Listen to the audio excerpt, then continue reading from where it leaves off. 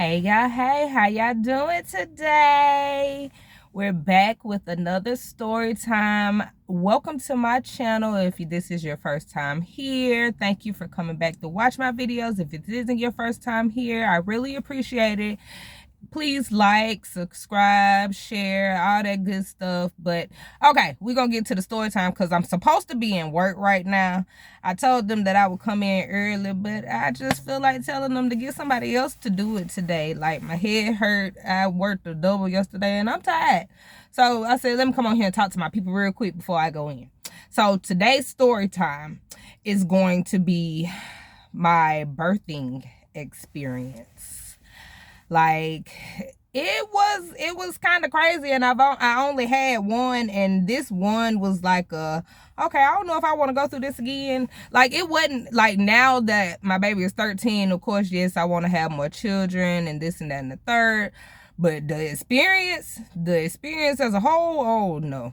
Okay, so I was put on bed rest at 5 months pregnant. I was put on bed rest.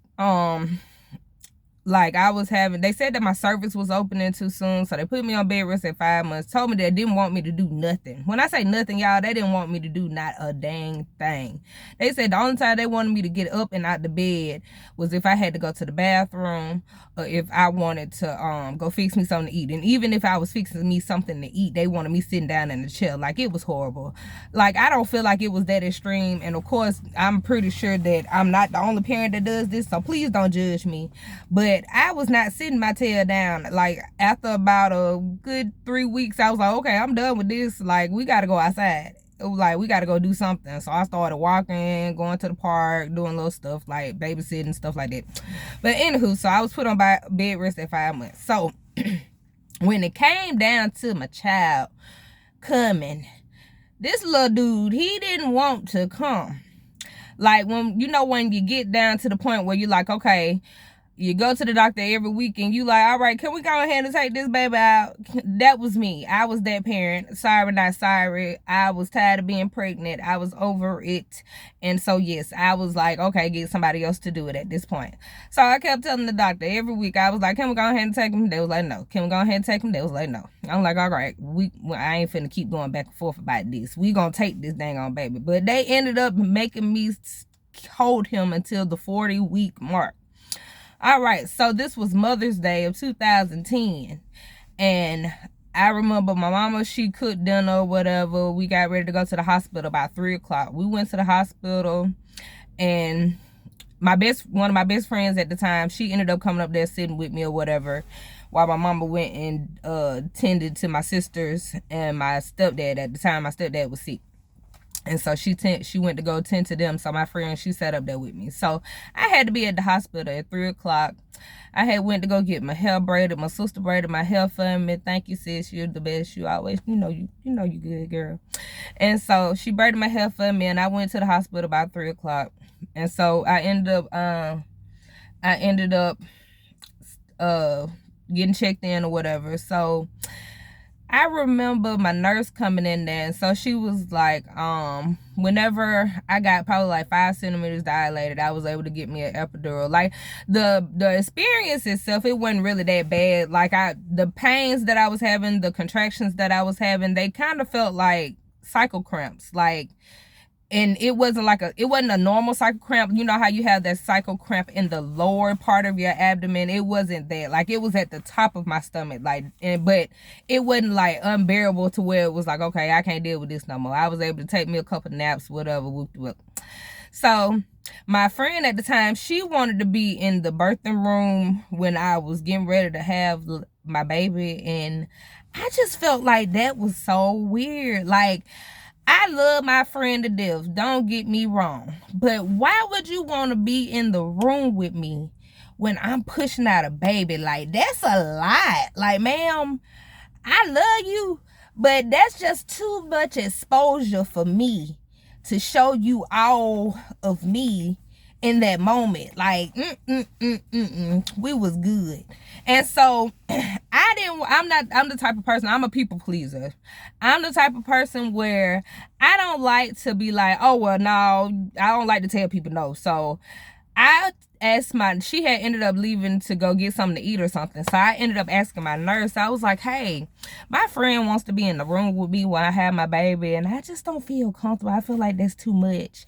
And so she was like, oh, well, we can just tell her that you're not allowed to have anybody in the room. And so that's what they did. They told her that my doctor said that the only person that could be in the room with me was my mama, that was the only person that I really wanted to be in there with me at the moment. Like, I just want my mama at this point. Like, I felt like a little kid all over again. I just want my mama. And so yeah, so they ended up telling her that she was upset. She thought it had something to do with my mama, but really, friend, it was me. I just didn't want to be exposed like that. That was just a little bit too much for me, and so I just couldn't take it. I'm sorry.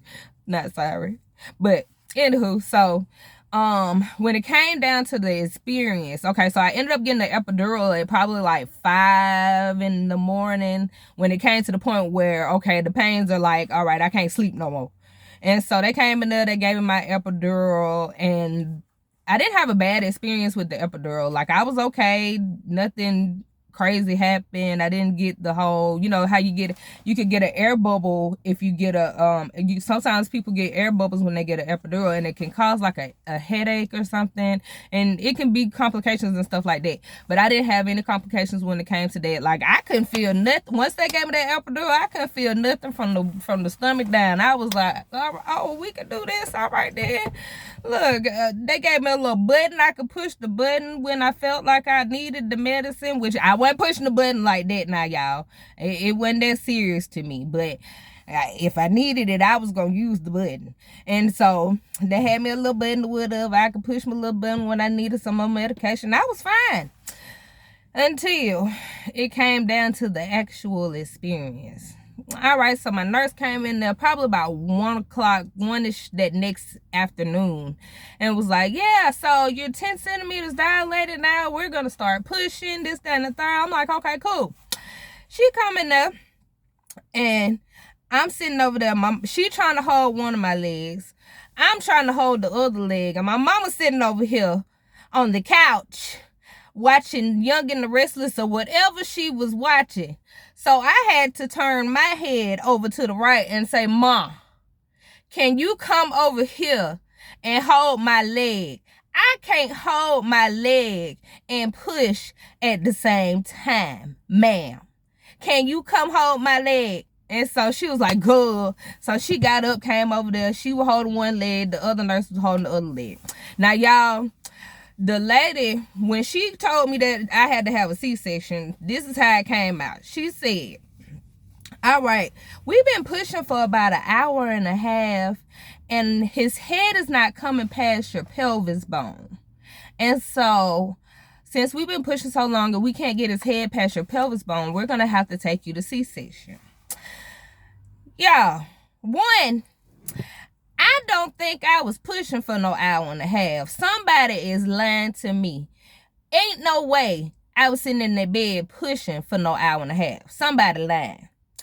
And two, ma'am, don't tell me that we finna have to go to no surgery. Y'all, when I say I cried like a baby, I boo-hoo cried, because I ain't had no surgery, no serious surgery like that since I was a little girl. Like, the last surgery I had was a hernia surgery when I was a little girl. So I remember that too, y'all. I might come on and tell y'all a story time about that. But I was a little bitty girl, and so I wasn't used to getting cut on, and I wasn't ready to be cut on. So I cried like a baby. She calmed me down. She was like, it's gonna be okay. You ain't gotta cry. But of course I cried. Bump that. I cried.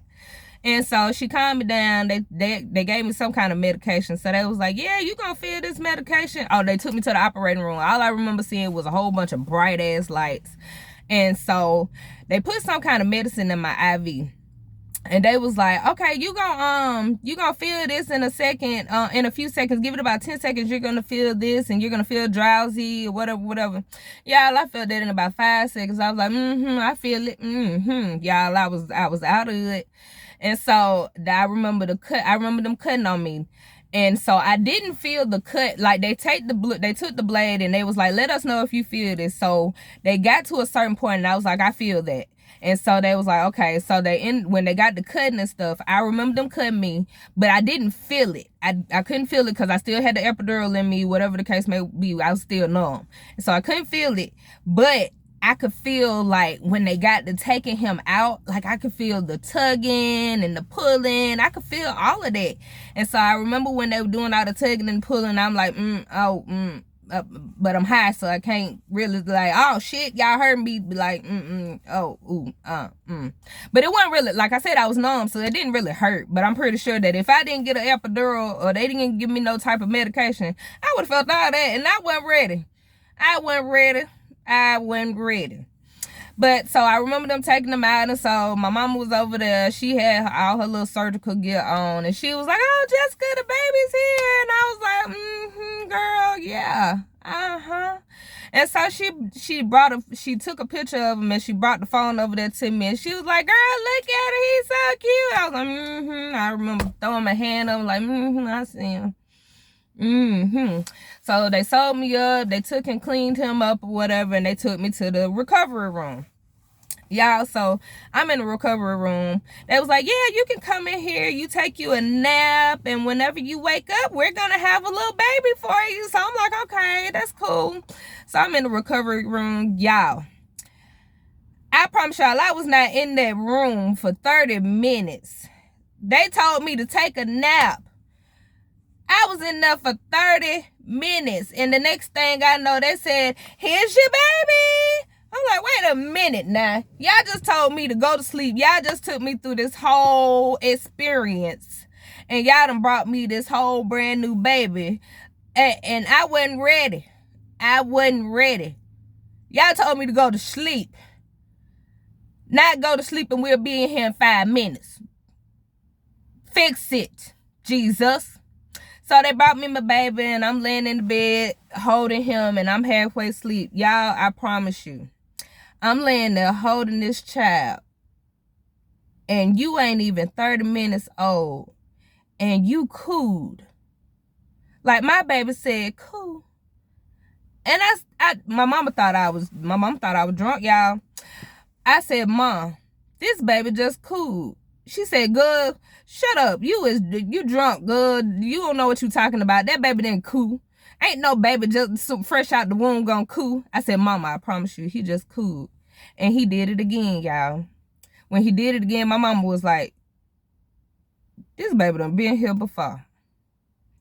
And so, yeah, that was my experience. I remember when I went up to the room. I had a big old room, too, y'all. I was spoiled. I've always been spoiled. Everybody spoils me. Everybody that knows me loves me. So, everybody spoils me. I'm a spoiled individual. I ain't gonna lie to y'all.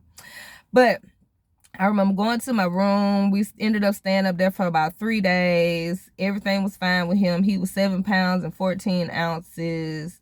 He was a bundle of joy. And yeah, that was my experience. And so, yeah, I just wanted to come on here and give y'all that good old story time about my hospital experience. Hopefully, y'all didn't have to go through what I went through. And y'all can definitely leave in my comments what experiences y'all did go through when y'all had y'all children. But I'm about to go in this steakhouse, y'all. Like I said, I am late. I was supposed to be in there 15 minutes ago, but of course I had to come on here and see my peoples for this week. So y'all have a wonderful day. Y'all have a prosperous day. Make sure y'all are making the money, because there's money out here to be made, honey.